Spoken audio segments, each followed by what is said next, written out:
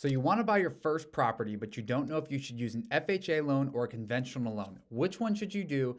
We're going to talk about that in this video, okay? I just got done talking with one of my friends who's interested in buying his first property. He might want a house hack or he might just want to buy a single family home, but he's not sure if he should use an FHA or a conventional loan because he doesn't know how much money he should put down, what his cash on cash return would be, and how much the total loan amount payoff would be. So I'm actually going to share my screen in this video with you and show you how you can calculate this and then put the links in the show notes here so that way you can figure this out for yourself, okay? So I'm just going to share my screen like on this so you can see. I'm going to move myself down here. Okay. So I have this up here, right? Okay, calculator.net, and I have an FHA loan calculator, okay? We're gonna make this really easy, and we're gonna put $200,000, okay? You're gonna buy a house for $200,000. So the down payment on this is 3.5%, which is an FHA, and we're gonna do a 30-year mortgage, okay? The interest rates right now are 2.84, which is an average for FHA. And we're going to have also right in here, you have to have your mortgage insurance, okay, your FHA annual insurance as well. So if we scroll down here, this is an amortization graph, okay? Amortization is the way that mortgages are paid off, all right? So you can see that when you first sign a mortgage, you're actually going to pay more in interest than you are on the principal of that mortgage, okay? And you can see how this graph works. You're going to be paying more.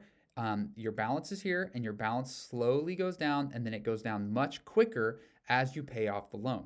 And if you scroll down here, if you were to start this starting on the 21st here, your beginning balance is going to be $196,000. You look at how much interest and principal you're going to be paying down. You follow this scale and you can see how it switches on you, okay? Every year, your interest is higher, interest is higher, interest is higher. And then coming up after a certain amount of years, you're actually going to start paying down the principal more than you're going to be paying down the interest, okay? So that's how it works. Your total loan, though, this is the thing that people don't think about. If you buy a $200,000 home, okay, and you pay this with an FHA with your interest over 30 years, you're actually going to end up paying $92,000 more, okay, for that property over the course of the loan, all right? Because you have to pay insurance and you're going to pay $36,000 in insurance and you have your taxes you're going to pay no matter what. But this is what adds up over time. So you actually are going to pay way more for this property over time than just the $200,000 price, okay? But here's the difference. If you were to do an FHA or a conventional, you can do a conventional loan 5% down, okay? If you do a 5% down program with a conventional loan, you're still going to have an amortization schedule exactly like the FHA, right? Where you're going to pay interest for a longer time than you're going to be paying down the balance. And you can scroll down here and you can see it's the same thing. You're paying interest over the principal, and then over a certain amount of years, you start paying more in the principal than the interest, okay? It's the same thing, but here's the difference, okay, in this.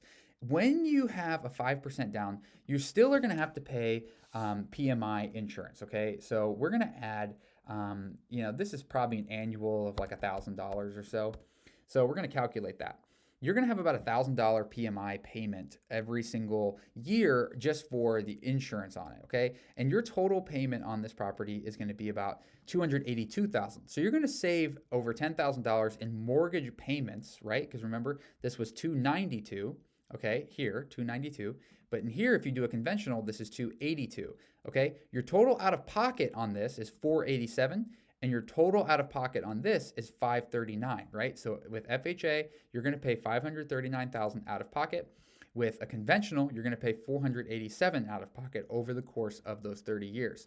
But if you do a full 20% down, which is more out of pocket at the beginning, okay, look at how much you're going to save to put more up front down, okay? You are going to save, you're at $435,000, okay, total out of pocket over the course of the 30 years because your interest and principal are going to have that same schedule, but you're going to pay off the principal quicker, okay? So you're going to pay $435,000 out of pocket over the course of the 30 years. Look at how much you're going to pay here. $539,000, okay? So this is almost $100,000 savings if you can do a full 20% down over the course of that loan. Where it gets interesting though is if you just have a little bit of money and you want a house hack or have a rental, right? If you can cover all of these payments in rent, then you're going to be able to cover all of this, and it doesn't really matter how much you pay because you're going to be cash flowing. So you want to think about what type of property you want to buy, okay? So in review, if you're able to do a 20% down upfront on your first property, you are going to save a lot of money over the course of the 30-year loan, okay? And then if you do a 5% down, you're going to save roughly, it was about $30,000-$40,000 in that. And then if you do the FHA, it's the most expensive, the least out of pocket. But if you do a house hack or anything like that, it could be worth it if you do it that way because it covers all of your expenses. So what we covered was FHA, conventional 5% down, and a conventional 20% down. Hopefully this was helpful. Please like and subscribe. I'm trying to pump out content, and let me know any questions in the comments. I'd love to help.